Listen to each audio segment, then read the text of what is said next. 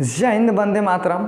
आज हम पढ़ने वाले हैं डाल्टन के आंशिक सिद्धांत के बारे में कि डाल्टन का आंशिक सिद्धांत क्या। तो आइए देखते हैं हम कि डाल्टन का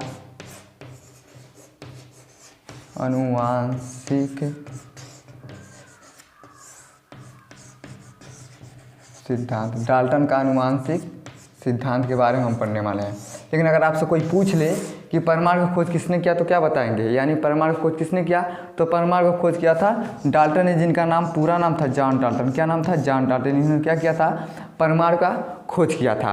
लेकिन अगर आपसे कोई पूछ ले कि इनके आखिर जो लिखा गया है आनुवांशिक सिद्धांत के बारे में तो आप कैसे बताएंगे? तो उन्होंने कहा कि परस्पर क्रिया न करने वाली गैस, यानी कोई भी गैस हो जो आपस में रिएक्शन न करे, यानी परस्पर क्रिया न करने वाली गैसों का कुल दाब आंशिक योग के क्या होना चाहिए? बराबर होना चाहिए।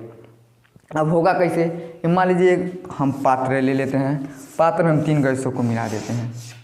एक हो गया हमारा नाइट्रोजन, हो गया हाइड्रोजन, हो गया एक हमारा हीलियम हो गया। ये हमारे पास तीन गैस है। अब देखिए इनका जो दाब है, इनका दाब क्या है? इसका भी दाब लग रहा है, इसका भी दाब, यानी इसका भी। ये तीनों क्या कर रहे हैं? आपस में दाब लगा रहे हैं। क्या कर रहे हैं आपस में बाबू? दाब लगा। जैसे एक मान लीजिए कोठरी है। अब एक कोठरी में हम तीनों गैसों को छोड़ देते हैं तो इसका क्या होगा? एक ये भी अपना दाब लगाएगा, ये भी अपना दाब लगाएगा और वो भी अपना, यानी तीनों लोग क्या कर रहे हैं? आपस में दाब लगा रहे हैं। ये तीनों जो हैं आपस में क्या कर रहे हैं? दाब लगा रहे हैं। अगर इसका दाब मान लीजिए 4 है, इसका दाब भी 4 है और इसका भी दाब 4 है। चारों का या तीनों का दाब क्या है? 4 है। लेकिन जब इसको हम जोड़ेंगे तो क्या होगा? तीनों का दाब कितना हो जाएगा? 12 हो जाएगा। लेकिन कब होगा? जब ये आपस में रिएक्शन नहीं करेंगे। जैसे मान लीजिए हम एक बर्तन में ले लेते हैं और उसको हम ढक्कन में बंद कर देते हैं, तो जो तीनों गैसों का दबाव होगा, यानी जो तीनों गैस दाब डालेंगे, अगर तीनों गैसों को हम एक में मिला देंगे तो क्या होगा? जो एग्जैक्ट होगा दाब उसी के बराबर होगा। अब मान लीजिए आप नाइट्रोजन को अलग ले लीजिए, नाइट्रोजन को अलग लीजिए, हीलियम को अलग लीजिए, हाइड्रोजन को अलग लीजिए। अब तीनों गैसों को आप अलग अलग ले लीजिए और इसका दाब चेक कर लीजिए कि कितने कितने दाब का है। ये 4 है, 4 है, यानी किसी भी प्रकार के 5 हो सकता है, तीनों 10 हो सकता है।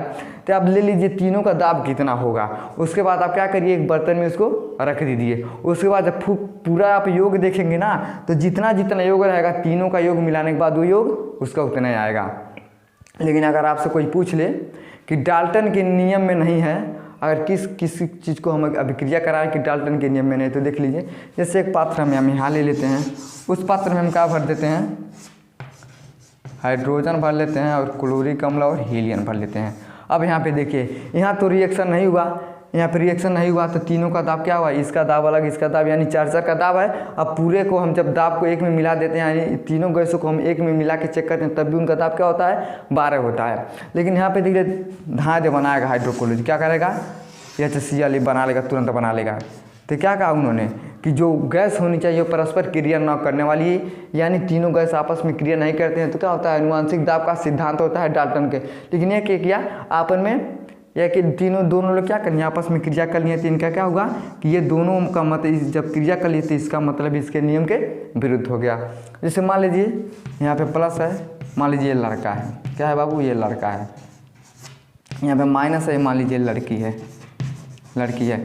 एक सीट पे लड़का सब बैठा हुआ है। अब उसी जात का यानी लड़का आ गया, अब कहेगा थोड़ा उधर घुसिएगा। लड़का कहेगा उधर जगह तुम नहीं बैठ पाओगे सीट पे, इधर बैठेगे तब वो। तो कहेगा अरे थोड़ा भैया घुस जाओ। अब कहे नहीं घुसेंगे। अब नहीं माना, दोनों में क्या हो गया? मार झगड़ा सब कर लिया। चाहे उसी जगह पे एक लड़की बैठा लो, अब उसी जात की यानी लड़की आ गई, कहिए थोड़ा उधर घुस को। अब लड़की क्या कहेगी?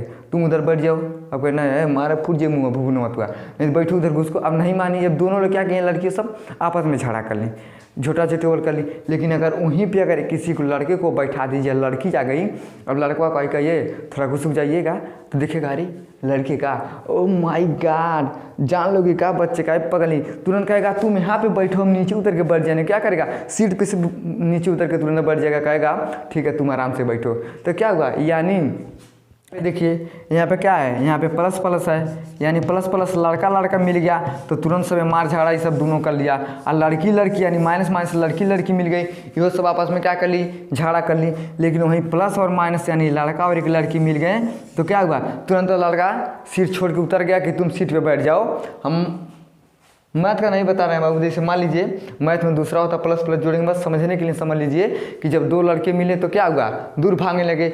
और उसी प्रकार जब दूर भाग रहे हैं तो जिस प्रकार गैस है, मान लीजिए गैस क्या हो रहे हैं, आपस में ये लोग नहीं मिल रहे हैं। तो जब आपस में नहीं मिल रहे हैं, ठीक उसी प्रकार लड़के भी आपस में नहीं मिल रहे हैं। तो जब ये आपस में नहीं मिलते हैं तब डाल्टन का आनुवांशिक सिद्धांत होता है। लेकिन अब ये मिल गया, देख लीजिए यहाँ पे दोनों लोग क्या मिल गए।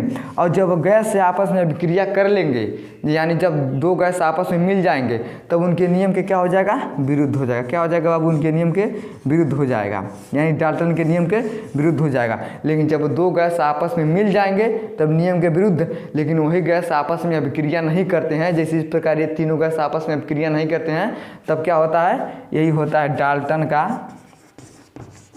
डाल्टन का आनुवांशिक